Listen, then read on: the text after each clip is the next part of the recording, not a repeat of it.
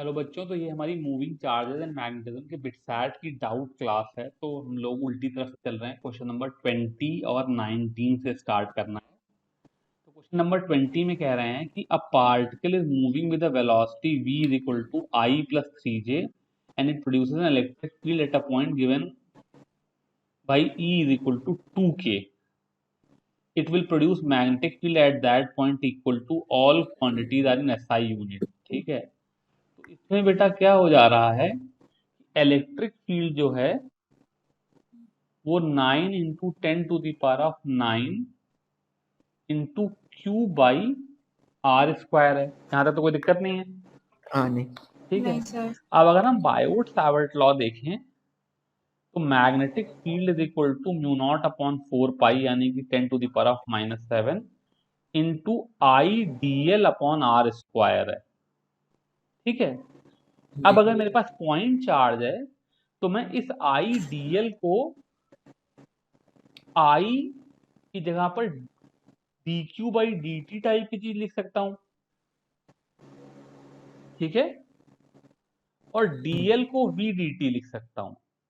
ठीक है, तो बेसिकली यहां पर जो आई dl टाइप का टर्म है वो q into v by r square हो जाएगा। ठीक है, हाँ, यहां तक कोई दिक्कत? नहीं सर। दूसरा इसमें एक वेक्टर वाला एंगल बहुत इंपॉर्टेंट है कि देखो जो पार्टिकल है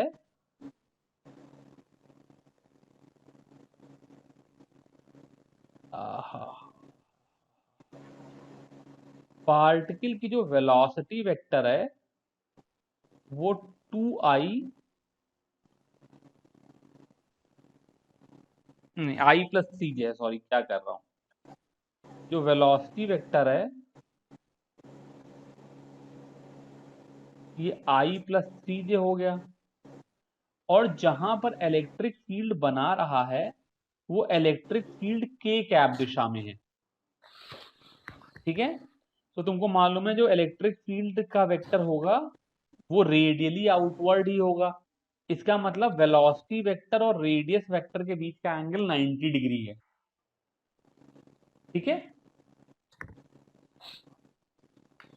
हाँ या नहीं भाई, कोई बोल ही नहीं रहा कुछ। यस वेलोसिटी वेक्टर आई प्लस सी आई जे प्लेन में है और यस इलेक्ट्रिक फील्ड वेक्टर के कैप में है जो कि रेडियस के अलोंग होता है। इसका मतलब रेडियस वेक्टर भी के कैप के अलोंग, मतलब के कैप हो सकता है माइनस के कैप हो सकता है, बट वो ठीक के कैप के डायरेक्शन में होगा। तो वेलोसिटी और रेडियस वेक्टर चूंकि आपस में परपेंडिकुलर हैं तो ढंग से मैंने यहाँ गलत लिखा। मुझे आई डी एल के साथ मुझे यहाँ पे i d l sine theta लिखना चाहिए था। तो इस i d l sine theta में साइन थीटा की वैल्यू 1 हो गई, आई डी एल की वैल्यू क्यू वी हो गई। तो मैग्नेटिक फील्ड की value 10⁻⁷ q v by r square हो जाएगी। तो यहां से b बाई ई की वैल्यू लूंगा तो q और r स्क्वायर कैंसिल हो जाएंगे और ये हो जाएगा 10⁻⁷ अपॉन 9 इंटू 10⁻⁹ और स्पीड का मैग्नीट्यूड हो जाएगा under root of 10, 1 square plus 3 square. जी ठीक है, तो जी अरे बाप रे बाप, तो ये मैग्नेटिक फील्ड वेक्टर की वैल्यू पूछ रहे, बहुत ही तुम लोगों को परेशान करना चाह रहे हैं। तो ये तो मैग्नेटिक फील्ड का मैग्नीट्यूड हो जाएगा। ठीक है, यहां से ई की वैल्यू यहां भेज करके इंटू इंटू 2 कर लूंगा तो ये मैग्नेटिक फील्ड का मैग्नीट्यूड हो जाएगा। ठीक है, और जो मैग्नेटिक फील्ड की दिशा होगी वो v क्रॉस r के अलॉन्ग होगी यानी कि i plus c j cross के। ठीक है, तो i क्रॉस के कितना हो जाता है, बोलो? i क्रॉस के माइनस जे हो माइनस जाता जे है और 3j क्रॉस के i हो जाता है, तो 3i आई माइनस जे के अबाउट हो जाएगा। तो यहां पर इसी से मेरा काम हो जाएगा कि 6i माइनस 2j वाला आंसर हो गया। ठीक है, बाकी ये सी स्क्वायर जो है 1/4 पाई एप्सिलॉन नॉट और ये म्यू नॉट के मल्टीप्लीकेशन से आ जाएगा जैसा मैं पहले बता रहा था। तो उसके चक्कर में नहीं पड़ना, अल्टीमेटली डायरेक्शन ही देख करके सारा आंसर बताया जा सकता है। ठीक है, ओके जी सर। समझ में आ गई बात कि नहीं? हाँ ये जो ये 10⁻⁻7 नीचे आएगा, तो ये 10⁻7 जो करके 9 इंटू 10⁻16 जो जाएगा, ये डिनोमिनेटर का वो सी स्क्वायर हो जाएगा, और वहां से ये 6i-2j हो जाएगा। वही 3i-2j का 2 के साथ मल्टीप्लीकेशन हो गया। ठीक है, यस सर। उसके बाद देख लेते हैं क्वेश्चन नंबर 19 में क्या कह रहे हैं। इसको एरेज कर दूं।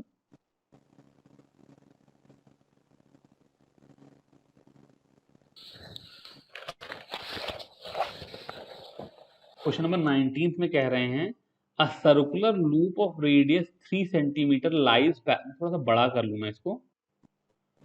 Circular loop of radius 0.3 centimetre lies parallel to a much bigger circular loop of radius 20 centimeter. Center of the smaller loop is on the axis of the bigger loop. The distance between their centers 15 centimeter. The current of 2 amperes flows through the smaller loop. तो बेटा भाई ये जो सवाल है, ये एक chapter होता है ईएमआई, उसका सवाल है। ये सवाल हम लोग यहाँ पर कर नहीं सकते हैं। फिर भी जो बच्चों ने ईएमआई पढ़ रखा है, ऑब्वियसली तुम लोगों ने पढ़ नहीं रखा है, उनके लिए बता दे रहा हूँ। वीडियो तो सभी लोग बाद में देखेंगे। देखो, एक बड़ा लूप है और यहाँ पर एक छोटा लूप है। ठीक है, तो जो बड़े लूप का फ्लक्स है, मतलब मान लो इसको 1 लिखूं और यहाँ पे करंट I2 लिखूं, तो phi1 अपॉन I2 की वैल्यू इसी वजह से ईएमआई में हमें पढ़ा जाएगा phi2 अपॉन I1 के इक्वल हो जाएगी। यानी कि छोटे लूप में जो करंट है, उसकी वजह से जो बड़े लूप में मैग्नेटिक फ्लक्स है, उसकी वही वैल्यू होगी जो बड़े लूप में करंट होता और उसकी वजह से जो छोटे लूप में मैग्नेटिक फ्लक्स होता, उनका जो रेशो होता। तो बेसिकली क्वेश्चन में तो पूछ रहे हैं phi1 अपॉन I2, लेकिन मैं म्यूचुअल इंडक्टेंस के कंसेप्ट से, जो कि हम लोग ईएमआई में पढ़ेंगे, phi2 बाई I1 की वैल्यू निकाल लूंगा। तो phi2 बाई I1 निकालना बहुत मुश्किल नहीं है। अगर इस लूप में करंट I1 है, तो उसकी वजह से यहाँ पर मैग्नेटिक फील्ड B कितनी है हम निकाल सकते हैं। एनसीईआरटी में फॉर्मूला दे रखा है, mu not i r square upon 4 pi r square plus x square की पावर 3/2। यहाँ पर ये मैंने गलत लिख दिया, यहाँ पे 2 पाई होता है, सॉरी गलती से। तो खाली 2 होता है। नहीं, 2 पाई होता, हाँ ये खाली 2 होता है। ठीक है, बिल्कुल सही कह रहे हो, ये खाली 2 होता है। तो यहाँ पर r जो है वो इस लूप का रेडियस है और x ये दूरी है, दोनों ही सवाल में दे रखे हैं। तो ये मैग्नेटिक फील्ड हो जाएगी। इसको इस छोटे वाले लूप के एरिया से मल्टीप्लाई कर दूं, तो ये मेरा phi2 हो जाएगा। ये करंट I1 है, तो यहां से जो phi2 अपॉन I1 की वैल्यू आ जाएगी, वही phi1 अपॉन I2 की वैल्यू हो जाएगी। I2 बुक में दे रखा है, वहां से phi1 निकाल देंगे। ठीक है, तो ये गड़बड़ सवाल है, ये इस चैप्टर में होना नहीं चाहिए था, ये ईएमआई में होना चाहिए था। जो किताब लिखने वाले हैं उनको इसके थोड़ा सा अंदाजा कम है। क्वेश्चन नंबर 17 से देखते हैं। क्वेश्चन नंबर 17 कह रहे हैं calculate the magnetic field at the centre of coil in form of a square of side 2a carrying a current I। तो बेटा ये चीज आज की डेट में वैसे तो एनसीईआरटी से निकाल दी गई है, लेकिन ये इतनी बार पूछी जाती है कि मैं जरा सा इसको बता देना चाहता हूँ। ठीक है, तो एक हम लोग डेरिवेशन करते थे, जो मैं अभी आज की डेट में नहीं करना चाह रहा। और उस डेरिवेशन का कंसेप्ट ये था कि सपोज करो मेरे पास एक फाइनाइट वायर है, आई करंट कैरी करने वाला। इसके बगल में एक पॉइंट P रखा है, जिसकी वायर से डिस्टेंस R है। ठीक है, तो एनसीईआरटी जी। में हम लोगों ने पढ़ा था कि अगर ये इनफाइनाइट वायर होता, तो B की value mu not I by 2 pi R हो जाती। ये हमने एनसीईआरटी में पढ़ रखा था। ठीक है, यस सर। यहां पर क्या एक रिलेशन आता है कि अगर सपोज करो ये वाला एंगल अल्फा है और ये वाला एंगल बीटा है।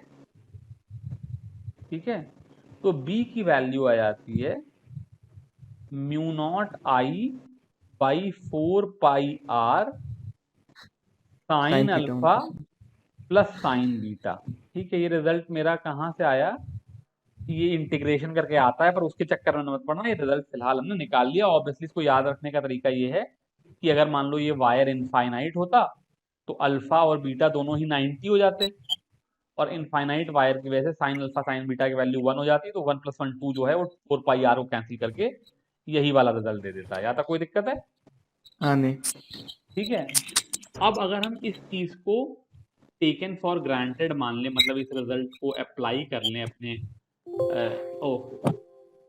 अगर हम इस रिजल्ट को अप्लाई कर लें तो देखो मैं क्या कर सकता हूँ, इसको जरा मैं पार्टली रब करना चाह रहा हूँ, पूरा रब नहीं करना चाह रहा हूँ। ठीक है, इसकी भी आवश्यकता नहीं है मुझे, और मेरा यहाँ पे म्यू नॉट गायब हो गया, ये मैं वापस लिख लेता हूँ। बी बी ये है बी है और ये म्यू नॉट है। ठीक है, तो सपोज करो मेरे पास एक स्क्वायर है। ठीक है, साइड जो है वो ए है, तो यहां पर खाली इस एक वायर की वजह से, इस वाले वायर की वजह से जो फील्ड होगी उसकी वैल्यू हो जाएगी mu not I by 4 pi r। ठीक है, जहां पर r की जगह पर मुझे ढंग से a/2 लिख लेना चाहिए। ठीक है, बिकॉज ये जो परपेंडिकुलर दूरी है वो कितनी है, a/2 है। कोई दिक्कत? नहीं। हाँ, और नहीं सर। ये जो दोनों एंगल बने स्क्वायर के केस में 45 डिग्री के हुए, इसलिए sine alpha plus sine beta की वैल्यू 1/√2 प्लस 1/√2 की वजह से √2 हो गई। ठीक है, जी। ये एक वायर की वजह से फील्ड है। अब यहां पर क्या कहते हैं, ऐसे 4 वायर हैं, और मैं अपना राइट हैंड रूल लगा करके देखूंगा तो चारों वायर्स की वजह से जो मैग्नेटिक फील्ड है वो into the plane of paper है, इसकी वजह से, इसकी वजह से, इसकी वजह से और इसकी वजह से, ये देख लेना। तो बेसिकली मुझे इस √2 को इंटू 4 कर देना चाहिए, बिकॉज ऐसे मेरे पास 4 वायर हैं, तो 4 से ये 4 कट गया और ये 2 ऊपर चला गया, तो मेरा रिजल्ट आ जाएगा mu not into 2√2i upon pi a. ठीक है, तो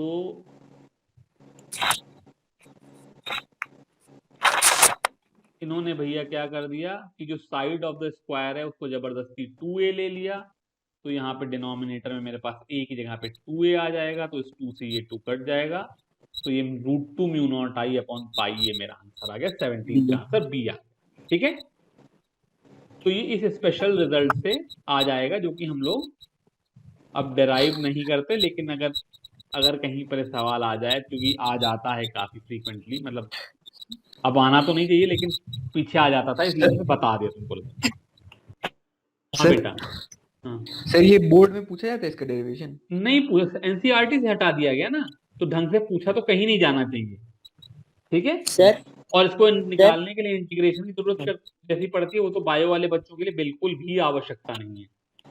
हाँ बेटा, तुम बोलो शिव, क्या कह रहे हो? सर मैं जो है ये जो है कर सकते हो क्या सर ड्राइव, वो कर जो लो भी भैया, अगर तुम पढ़ने के बाद इंटीग्रेशन करना वाला। चाहो तो, हाँ करना चाहो तो कर सकते हो। ये ठीक है सर। एनसीईआरटी में नहीं है, ये इंपॉर्टेंट बात है, बाकी करना तुम कुछ भी कर चाहो कर सकते हो। ठीक है, क्वेश्चन नंबर 13 कह रहे हैं the magnetic field at the origin due to the current carrying wire. देखो ये बहुत ही आसान सवाल है, पता नहीं तुमको इसमें क्या दिक्कत हुई। ये एक वायर आया, फिर ये दूसरा वायर इधर मुड़ा, फिर तीसरा वायर इधर गया, तो ये जो वायर है ओरिजिन इसी लाइन पे लाई कर रहा है। तो हमने क्या पढ़ रखा था कि अगर कोई करंट कैरिंग एलिमेंट हो और मैं इसी दिशा में कोई पॉइंट ले लूं, तो यहां पर मैग्नेटिक फील्ड जो होती है वो 0 होती है on the line of the current element, क्योंकि आई डीएल क्रॉस बी की, मतलब डीएल क्रॉस आर की वैल्यू 0 हो जाती है, इसलिए उस लाइन पे ये कंट्रीब्यूट नहीं करता। तो ये जो वायर है, ये वायर मैग्नेटिक फील्ड में कंट्रीब्यूट नहीं करेगा। ये वाला जो एक्स एक्सिस के अबाउट वायर है वो भी मैग्नेटिक फील्ड में काम नहीं करेगा। तो बेसिकली खाली ये जो लंबा वाला वायर है इन्फिनिटी से यहां तक आ रहा है, खाली यही वाला कंट्रीब्यूट करेगा। तो ये सेमी इनफाइनाइट वायर हो गया। तो अगर मान लो पूरे लंबे वायर के लिए मेरी magnetic field mu not I by 2 pi r है, तो एक ऐसा वायर जो कि आधा लंबाई का है, उसकी वजह से यहां पे magnetic field mu not I by 4 pi r हो जाती है। अब इस वाले क्वेश्चन में अगर ये दूरी ए है, ये वाली दूरी ए है, तो ये आर की वैल्यू √2a हो गई। ठीक है, तो जो मैग्नेटिक फील्ड एट ओरिजिन हो जाएगी वो हो जाएगी mu not I upon 4 pi into √2a। ठीक है, ये हमारा करेक्ट आंसर हो गया। अब उसके बाद किसी ने क्वेश्चन नंबर 12 पूछा है, इसको देख लेते हैं।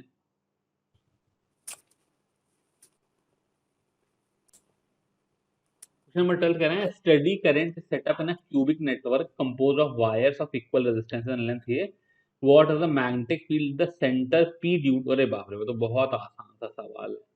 देखो क्या हो रहा है बेटा, अगर मान लो कोई पॉइंट है पी ऐसा जिसके बिल्कुल सिमेट्रिकली इधर और इधर दो सेम से करंट एलिमेंट स्टेब्लिश कर दें, तो ये वाला जो करंट है राइट हैंड रूल की वजह से यहां पर डॉट में फील्ड लगाएगा, और ये वाला जो करंट है वो क्रॉस में फील्ड लगाएगा।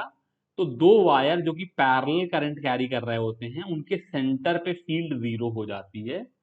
तो सिमेट्री एलिमेंट की वजह से जो ए एच है उसको एफ सी काट देगा, जो ये जो भी पॉइंट पता नहीं क्या नाम है इसका ई बी है, इसको जी डी काट देगा, जो एच ई है उसको डी सी काट देगा, जो जी एफ है उसको ए बी काट देगा। इस तरीके से बेसिकली क्यूब के जो अपोजिट फेसेस हैं वो एक दूसरे को कैंसिल कर देंगे, तो यहाँ पे फील्ड जीरो हो जाएगी।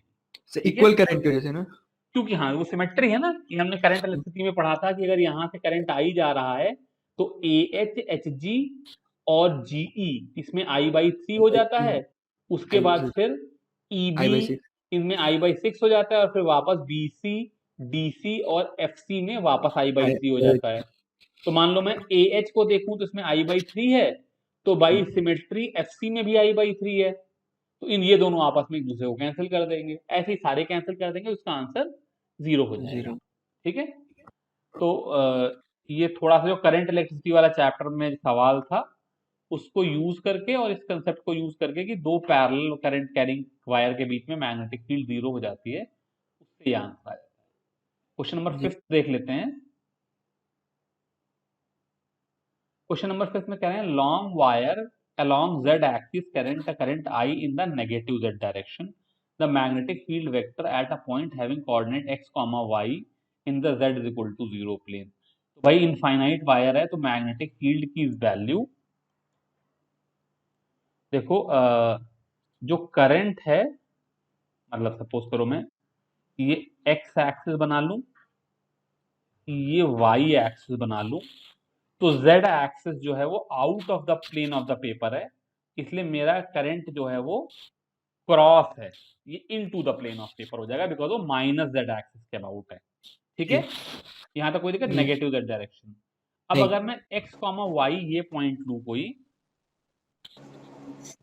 ठीक है, तो राइट हैंड रूल की वजह से अगर मैं अपने देखो थंब को अंदर ले जाऊं तो मेरा जो मैग्नेटिक फील्ड होगी वो इस दिशा में होगी। यहां तक कोई दिक्कत है? नहीं। अगर मैं छोटा सा गणित कर लूं तो अगर ये एंगल थीटा है तो ये एंगल थीटा हो गया, यानी कि मैग्नेटिक फील्ड जो हो जाएगी वो b sine theta i cap minus b cos theta j cap. J cap. ठीक है, अब इस जी। बी की वैल्यू हो जाएगी mu not I upon 2 pi R, जहां पे आर ये वाली दूरी है, और साइन थीटा की वैल्यू हो जाएगी इस छोटे से ट्राइंगल में y upon are I cap, और कॉस थीटा की वैल्यू हो जाएगी, यार x है भाई, minus x upon R J cap. अब जो आर इस वाले आर से मल्टीप्लाई करेगा तो आर स्क्वायर हो जाएगा, तो मेरा आंसर आ जाएगा mu not I upon 2 pi x square plus y square into y I minus x j. ठीक है, तो बेसिकली हमारा वेक्टर का ज्ञान कितना अच्छा है वही ये लोग चेक करना चाह रहे हैं।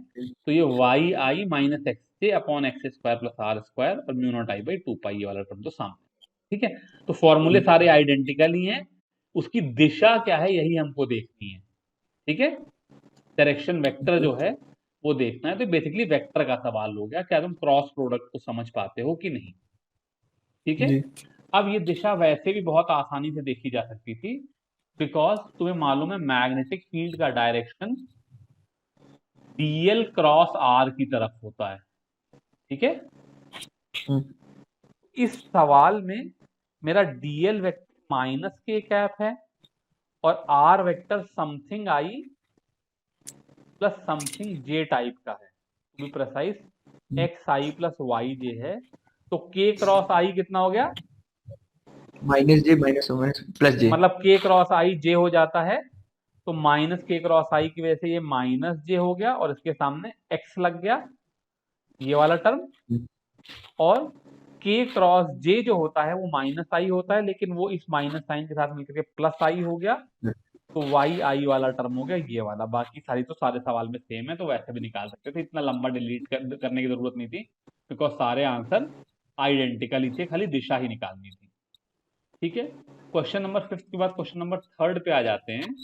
तो बेटा क्वेश्चन नंबर 3 जो है वो बहुत ही सिंपल है। ये कह रहे हैं wire carrying current I has shape as shown in the adjoining figure. Linear part of the wire are very long and parallel to x-axis, while semicircular portion of the radius r is lying in the yz plane. Magnetic field at point O is. तो भाई पहली बात तो क्या है, अगर जैसा ये डायरेक्शन दिखाई दे रहा है, क्या? हाँ बेटा एक मिनट मेरी बात सुन लो। जैसा ये डायरेक्शन दिखाई दे रहा है ये संभवतः गलत है। इसलिए गलत है क्योंकि दोनों ये वायर अगर पैरेलल हो गए तो इस वाले पॉइंट पे किरचॉफ करंट लॉ गलत हो गया, ये भी करंट बाहर निकल रहा है, ये भी करंट ऊपर जा रहा है, तो संभवतः ये वाला डायरेक्शन उल्टा होना। ये बात क्लियर है, जो लेफ्ट जी वाला वायर है इसकी करंट में मिसप्रिंटिंग है, उल्टा होना। अगर मान लो ये मिसप्रिंटिंग ना होती तो ये दोनों पैरेलल वायर की वजह से ओरिजिन पे फील्ड 0 हो जाती, और जो सेमी सर्कुलर रिंग है उसकी वजह से field mu not I by 4 R हो जाती, और वहां से मेरा आंसर निकल करके आ जाता। ठीक है, पक्का? लेकिन ऑब्वियसली जो मुझे यहाँ पे आंसर दिखाई दे रहे हैं वो ऐसा कोई आंसर नहीं है, तो ये मेरा आंसर नहीं। तो बेसिकली हम इस वाले वायर को उल्टा लिख लेते हैं। अब हम इसको सॉल्व करते हैं। ठीक है, तो मेरे पास एक वायर ऐसा है जो कि सेमी इनफाइनाइट वायर है, तो इसकी वजह से जो देखो, अगर मैं राइट हैंड रूल लगाऊं, ठीक है, तो इसकी वजह से मैग्नेटिक फील्ड नीचे की तरफ होगी। ये बात दिखा समझ में आती है कि नहीं है? हाँ या ना भाई, कुछ बोलो तो। हाँ से समझ में आती है।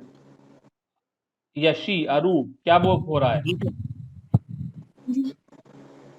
करंट वेक्टर जो है डीएल वेक्टर जो है वो, अगर ये वाई एक्सिस है ये जेड एक्सिस है, तो जे क्रॉस के इज इक्वल टू आई, ये बाहर निकल रहा है, तो करंट वेक्टर जो है वो माइनस आई कैप के अलॉन्ग है, और जो ये आर वेक्टर है ये जे कैप के अलॉन्ग है, इसलिए मैग्नेटिक फील्ड आई क्रॉस जे के होता है माइनस के कैप के अलॉन्ग है, तो यानी कि नीचे की तरफ है। ठीक है, ऐसे भी देख सकते हैं, और दाहिने हाथ से तो देख ही सकते हैं कि करंट अगर अंदर जा रहा है तो दाहिने हाथ की वजह से राइट हैंड रूल से ये नीचे की तरफ आ रही है, तो इस वाले वायर की वजह से मैग्नेटिक फील्ड नीचे की तरफ है। जो दूसरा वाला वायर है इसमें करंट बाहर आ रहा है, तो फिर राइट हैंड रूल की वजह से इसकी वजह से भी फील्ड नीचे की तरफ है। बहुत डिस्टरबेंस आ रहा है, किसी के माइक से बंद करो। ठीक है, तो इसकी फील्ड जो है वो mu not I by 4 pi R और इसकी भी field mu not I by 4 pi R, तो डबल होकर के mu not I by 2 pi R along minus के कैप हो गई। तो ये दोनों आंसर तो गड़बड़ हो गए। ये सी वाला आंसर हो गया। ठीक है, इसके अलावा जो सेमी सर्कुलर पोर्शन है, ठीक है, ओहो भगवान, ये तो बड़ा कष्ट हो गया। ठीक है भाई, इसमें से कोई भी आंसर फिर तो करेक्ट नहीं आ रहा है। जो सेमी सर्कुलर पोर्शन है, देखो ये करंट ऐसे कैरी कर रहा है, तो इसकी वजह से फील्ड जो हो जाती है वो mu not I by 4 R हो जाती 4 है, जिसको 4 पाई आर लिख करके इंटू पाई से मल्टीप्लाई कर लेता हूं यहां पर। लेकिन जो इसकी दिशा होगी वो माइनस आई कैप के अलॉन्ग होगी हाँ ना, राइट हैंड रूल के हिसाब से लगाऊं तो ऐसे हाथ घुमाऊं तो into the plane of paper आ रहा है। तो मेरे हिसाब से जो राइट आंसर आएगा वो, अगर अगर जो करंट का डायरेक्शन मानूं ऐसे गया, फिर सेमी सर्कल में ऐसे चला, फिर ऐसे वापस आया, तो करंट के आंसर में यहाँ पर माइनस आई माइनस 2 के होना चाहिए था, जो कि दूसरा जो कि दूसरे वाले में था। माइनस साइन बाहर निकला हुआ, ये मैंने मिस कर दिया। ठीक है, तो हम्म माइनस पाई आई माइनस 2 के वाला आंसर हो गया, तो सेकंड वाला आंसर हो गया। ठीक है, हम्म, अब हम लोग जी क्वेश्चन नंबर 2 और 1 देख लेते हैं। तो क्वेश्चन नंबर 2 में क्या हो रहा है, कह रहे हैं charge particle moves through magnetic field perpendicular to direction. ठीक है, तो भैया क्या होगा, वही सर्कल में घूमता रहेगा। तो सर्कल में घूमेगा तो चूंकि मोमेंटम वेक्टर है इसलिए वो बदल रहा है।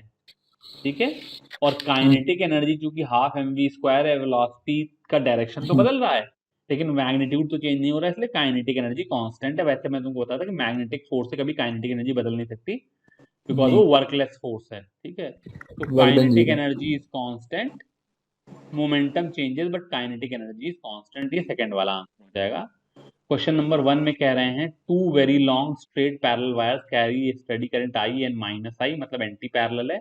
The distance between them is d at a certain instant of a time, a point charge q is at a point equidistant from the two charge. तो क्या हुआ, क्वेश्चन नंबर 1 में ये कौन बोलने लगा, एक वायर है जिसमें करंट आई है, दूसरे वाले वायर में करंट माइनस आई। ठीक है, एंटी पैरेलल करंट है, उनके बीच का डिस्टेंस d है।